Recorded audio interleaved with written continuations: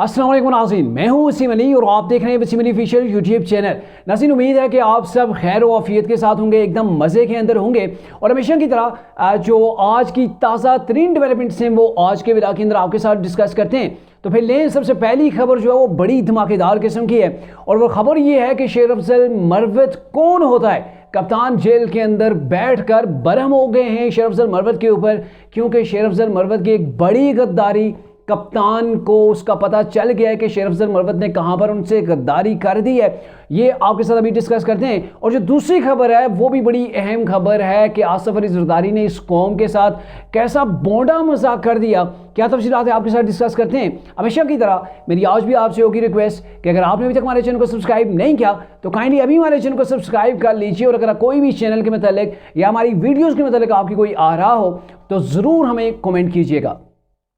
नाज़रीन, पहले बात कर लेते हैं आसिफ अली जरदारी के हवाले से। चूँकि आपको याद होगा कि आसिफ अली जरदारी ने आज से तकरीबन लगभग 6 हफ्ते कबल एक इंटरव्यू दिया था हामिद मीर को। और उस इंटरव्यू के अंदर उन्होंने क्या कहा था बिलावल के हवाले से। शायद आपको याद भी होगा कि बिलावल अभी इमेच्योर है। बिलावल जो है वो अभी इतनी समझ बूझ नहीं रखता, वो लर्नर है, अभी वो पॉलिटिक्स को सीख रहा है। आपको शायद ये चीज़ें याद कराने की शायद नौबत भी ना पड़े, लेकिन मैं शॉर्टली आपको इसलिए बताना चाहता हूँ कि आप कोई बैकग्राउंड के अंदर पहुँच जाएं और फिर आपको इस खबर की जो है अच्छे से समझ आ सकती है। और उस वक्त आसिफ अली जरदारी ने जब ये कहा था तो बिलावल यहाँ से नाराज़ होकर दुबई चले गए थे और पीछे पीछे मनाने के लिए आसिफ अली जरदारी को भी जाना पड़ा था। तो फिर अब किया है कि गुज़िश्ता रोज़ ये खबर आती है कि आसिफ अली जरदारी ने पीपल्स पार्टी की जानब से प्राइम मिनिस्टर के लिए जो नाम पेश किया वो बिलावल भुट्टो जरदारी का है। और ये डेफिनेटली एक पीपल्स पार्टी की जानब से या बिलावल भुट्टो के हवाले से जो चेयरपर्सन रहे हैं, पहले साबका चेयरपर्सन रहे हैं आसिफ अली जरदारी, उन्होंने जो मजाक किया कौम के साथ बड़ा ही बोंडा मजाक है। क्योंकि एक तरफ तो आप कह रहे हैं कि आपका बेटा अभी लर्नर है, अभी उसने कुछ सीखा ही नहीं है, अभी वो सीख रहा है। वो प्राइम मिनिस्टर जाहिर है जिसे आप कह रहे हैं कि अभी वो सीख रहा है, अभी वो इमेच्योर है, उसकी इतनी क्रेडिबिलिटी नहीं है। तो आज आप उस शख्स को पाकिस्तानी कौम के लिए कैसे प्राइम मिनिस्टर के तौर पर जो है वो सामने ला रहे हैं, ये तो एक मजाक हुआ। इसकी आपको एक छोटी सी मिसाल देता हूँ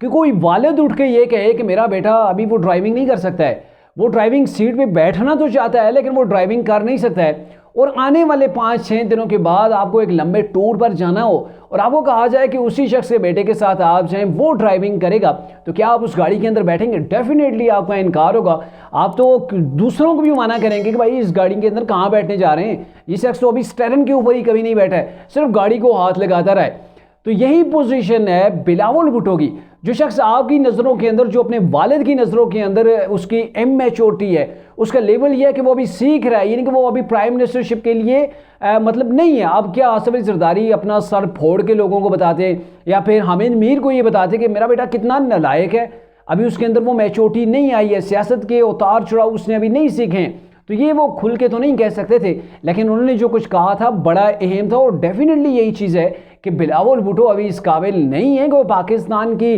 भाग दौड़ को संभाल सकें, पाकिस्तान के मामलात को देख सकें, क्योंकि अभी वो अपने बाप से नाराज़ होकर यहाँ से कभी इधर भाग रहे होते हैं, कभी दुबई की तरफ जा रहे होते हैं। तो डेफिनेटली मैं इसे कहूँगा यही कि कौम के साथ एक बोंडा किस्म का मजाक आसिफ अली जरदारी ने किया है। अब आते हैं जी जो अहम न्यूज़ है और आपकी भी इसके अंदर ज़्यादा इंटरेस्ट होगी कि ऐसा शेर अफजल मरवत ने क्या कर दिया कि कप्तान जेल के अंदर बरहम हो गया। कप्तान ने यहाँ तक कह दिया कि शेर अफजल मरवत होता कौन है जो मेरे खिलाफ फैसले करे। तो ये आपको बताएं कि आपको पिछले व्लॉग के अंदर मेरे ख्याल में मैंने आपको डिटेल बताई थी कि कप्तान ने जो मुलाकात हुई है इस्लामाबाद हाई कोर्ट के हुक्म के ऊपर बैरिस्टर गौहर अली खान के साथ, क्योंकि अब वो बैरिस्टर गौहर अली खान चेयरमैन तो नहीं रहे हैं, तो बैरिस्टर गौहर अली खान के साथ उनकी जो मुलाकात हुई थी इलेक्शन के हवाले से, तो उसके अंदर इमरान खान को फहरिस्त दी गई थी, उसके ऊपर उन्होंने कांटा लगाया था किन किन कैंडिडेट्स को आपने टिकट देने, किन को नहीं देने। तो वहाँ पर ही शेर अफजल मरवत के हवाले से कप्तान काफ़ी बरहम हुए। कप्तान बरहम क्यों ना होते? कप्तान ने कहा कि शेर अफजल मरवत होता कौन है जो मेरी तरफ से दिए जाने वाले फैसलों के खिलाफ अपनी तरफ से फैसले जो है वो जारी करता है मेरी हदायत के बावजूद। असल ये स्टोरी शुरू होती है जब आर्मी चीफ रिसेंटली जब अमेरिका के दौरे के ऊपर गए थे, तो इमरान खान की ये स्ट्रेटजी थी, इमरान ने ये जो है वो अंदर से पैगाम भेजा था कि अमेरिका के अंदर तरीके इंसाफ के जो लोग मौजूद हैं, जो तरीके इंसाफ की वहाँ पे तंजीमें मौजूद हैं, वो आर्मी चीफ को टफ टाइम देंगी।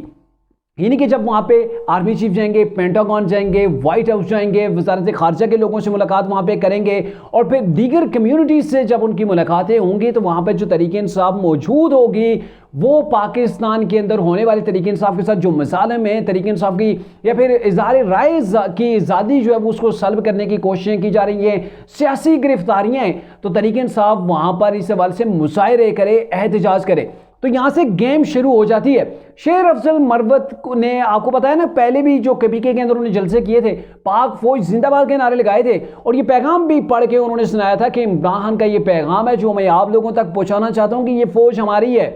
हम एंटी एस्टेब्लिशमेंट नहीं है, हम फौज के खिलाफ नहीं है, पाक फौज जिंदाबाद के नारे लगाए गए थे। और तब हमें ये महसूस हुआ था कि शायद कप्तान का सॉफ्टवेयर अपडेट हो गया और इसके ऊपर मैंने एक व्लॉग भी किया था कि कप्तान का सॉफ्टवेयर लगता है कि अपडेट हो गया और अब वो मिनते तरलों के ऊपर आ गया है, अब वो खुशामदें करवाना शुरू हो गया है शेर अफजल मरवत जैसे लोगों के जरिए से जिनका माजी तो कुछ है नहीं, अब जाके उनको अडॉप्ट कर लिया गया और ये समझते हैं कि शेर अफजल मरवत को सीनियर नायब सदर लगा दिया है, अब वो नारे लगाएगा तो तरीके इंसाफ के लिए कहीं से नरम गोशा पैदा हो जाएगा। तो ऐसा हरगिज़ नहीं है। तो ये चीज़ हुई कि शेर अफजल मरवत ने वो लंदन के वाले से जो अमेरिका के वाले से पैगाम कप्तान ने जारी किया था, शेर अफजल मरवत ने उसको उठा के पसे पोश डाल दिया। शेर अफजल मरवत ने क्या किया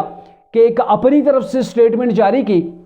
और व्हाट्सएप ग्रुप्स के जरिए से जो उनके ऑफिशियल्स ग्रुप्स हैं उनके ज़रिए से उनको तहरीरी एक जो है वो तफसील भेजी कि कप्तान का ये पैगाम है कि आर्मी चीफ के वहाँ मौजूदगी के दौरान आर्मी चीफ जहाँ पर भी मुलाकात करने चाहेंगे तो आपने वहाँ पर किसी किस्म का कोई मुजाहरा नहीं करना, कोई एहतजाज आपने रिकॉर्ड नहीं करवाना। और पहले कहा गया था कि एहतजाज होगा, वहाँ पे ये हो सकता है, कुछ भी हो सकता है, लेकिन बाद में वहाँ पे ऐसा कुछ नहीं हुआ था। और तरीके इंसाफ के मुताबिक या फिर कप्तान के मुताबिक वहाँ पर तरीके इंसाफ के जो लोग थे, जब बिजनेस कम्युनिटी के साथ जनरल आसिम मुनीर की मुलाकात हुई थी तो वहाँ पर तरीके इंसाफ के जो लोग थे, जो बिजनेसमैन थे, उन्होंने भी जाके मुलाकात की थी, वो भी उस जो है वो मीटिंग के अंदर जो है वो शामिल हुए थे। तो इसके ऊपर भी तरीके इंसाफ के पेट के अंदर मरोड़ पड़ रहे हैं, इमरान के पेट के अंदर मरोड़ पड़ रहे हैं कि ये क्या हो रहा है कि जिन लोगों ने एहतजाज करना था वो आर्मी चीफ के साथ मीटिंग्स कर रहे हैं, वो आर्मी चीफ जहाँ पे खिताब करने जा रहे हैं वहाँ पे जो है वो वहाँ पे बैठे हुए हैं, जाके तालियां मार रहे हैं। तो ये शेर अफजल मरवत ने क्या कर दिया और इसी चीज़ को लेके कप्तान काफ़ी बरहम हुए। आप कह सकते हैं कि शेर अफजल मरवत जो उछल रहे थे वो दूसरों को कह रहे थे ना कि वरना ये होता है, तो आप मेरे ख्याल में वावड़े उनके साथ ये चीज़ें हो गई और कप्तान काफ़ी उसके ऊपर बरहम है। और क्यों ना हो, जो कप्तान अपना एक नैरेटिव बिल्ड कर रहा है और कप्तान ये समझ रहा है कि आज वो जेल के अंदर हैं तो इसी इस्टेब्लिशमेंट की वजह से हैं, और वो कप्तान जो आसिम मुनीर के रास्ते की हमेशा रुकावट बनने की कोशिश की, ये अलग बात है कि तमाम की तमाम रुकावटें वो अबूर करते हुए अल्लाह ने उन्हें सुरखरू किया है, वो आर्मी चीफ बने हैं, लेकिन इमरान खान ने कोई मौका ऐसा हाथ से जाने नहीं दिया कि उनको